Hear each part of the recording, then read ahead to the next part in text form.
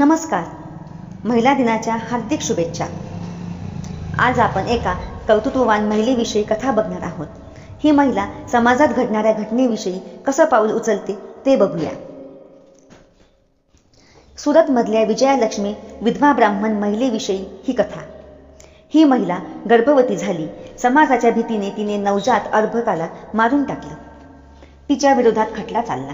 Magistrate कोर्टात तिला फाशीची शिक्षा झाली, पण ती बदलून मुंबई हायकोर्टाने जन्मठेप सुनावली. विजयालक्ष्मीने शिक्षेच्या माफीची याचना केल्यानंतर तिला 5 वर्ष सक्त कैदेची शिक्षा झाली. ही सगळी सविस्तर माहिती 1881 मध्ये टाइम्स ऑफ इंडिया यात छापून आली. ती या कर्तृत्ववान महिलेने वाचली.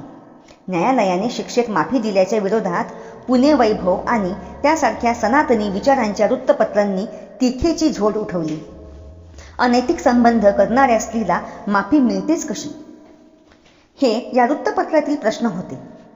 यावर कर्तृत्ववान महिलेचे म्हणणे होते की अशा संबंधाची शिक्षा एकट्या स्त्रीलाच का दिली जाते? तिला मोहित करणाऱ्या पुरुषाची चर्चा कोणीच का करत नाही? स्त्रियांना पुष्कळ तऱ्हेचे दोष दिले जातात, पण जे दोष स्त्रियांच्या अंगी आहेत तेच पुरुषात अजिबात नाही का? जशा बायका लबाडी करतात तसे पुरुष करत नाही का? चोरी, खून, दरोडे, दगाबाजी, सरकारी पैसा, लाच खाणे, खऱ्याचे खोटे, खोट्याचे खरे करणे यांपैकी एकही अवगुण पुरुषात नाही का? विजयालक्ष्मी सारख्या कोंडीत सापडणाऱ्या विधवा महिलेला दोष देणाऱ्या पुणे वैभव सारख्यांना त्या सुनावतात, जशी लाच खाणाऱ्यास एकपट व देणाऱ्यास दुप्पट शिक्षा लागू केली आहे, त्याचप्रमाणे या कामात देखील त्यांनी कायदा करावा की स्त्रियांना एकपट तर पुरुषाला दुप्पट शिक्षा का केली जात नाही? त्यांचा हा युक्तिवाद योग्यच आहे. सती सावित्रीच्या संदर्भात प्रश्न विचारताना त्या म्हणतात की सावित्री पतीच्या प्राणासाठी यमदरबारात पोहोचली, तसा पत्नी प्रेमासाठी कुणी पुरुष यमदरबारात का गेला नाही? नवरा मेल्यावर सर्व प्रकारचा त्रास हा स्त्रीलाच का? बायको मेल्यावर लगेच दुसरी करायला फक्त पुरुषालाच का मोकळे? त्या कर्तृत्ववान महिला म्हणतात, तुम्ही पुरुष सगळे सद्गुणाचे पुतळे असता तरी सगळी कारागृहे पुरुषांनीच का भरली? सती प्रथेविषयी बोलताना त्या म्हणतात, स्त्रियांनी नवरा मेल्यानंतर सती जाऊ नये, कारण त्यामुळे लेकरांना वनवास होतो. उलट बायको मेली तर पुरुषांनी सती जावे, कारण जिवंत राहिला तर लगेच मुलांना सावत्र आई आणून त्यांना त्रास होण्याची व्यवस्था करून ठेवतो. टाळी 2 हाताने वाजते खरी, टाळी 2 हाताने वाजते खरी, पण त्यात उजव्या हाताचाच दोष जास्त असतो. पुरुषांना जर कुरूप बायका आवडत नसेल तर आम्हा स्त्रियांना पण कुरूप नवरा का आवडावा? कपट, कारस्थान करून, साधू संतांचे सोंग करून स्त्रियांना लुटण्याचे उदाहरण हे पुरुषांचेच ना? यांचे हे विचार आजही लागू पडतात. लग्नात एकनिष्ठ असण्याची जबाबदारी नवरा व बायको दोघांवरही सारखीच असली पाहिजे. पुनर्विवाहाला संमती मिळाली पाहिजे.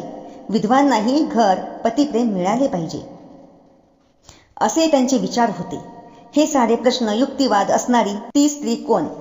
तर ती कर्तृत्ववान स्त्री म्हणजे ताराबाई शिंदे. हे युक्तिवाद पाहताना ताराबाईंनी किती सखोलपणे अभ्यास केलाय हे आपल्या लक्षात येते. ताराबाईंच्या आधी इतक्या खोलवर कोणतीही स्त्री गेली नाही, हेही लक्षात येतं. ताराबाई जणू आपल्यासमोर बसून प्रश्न करत आहेत असे वाटते.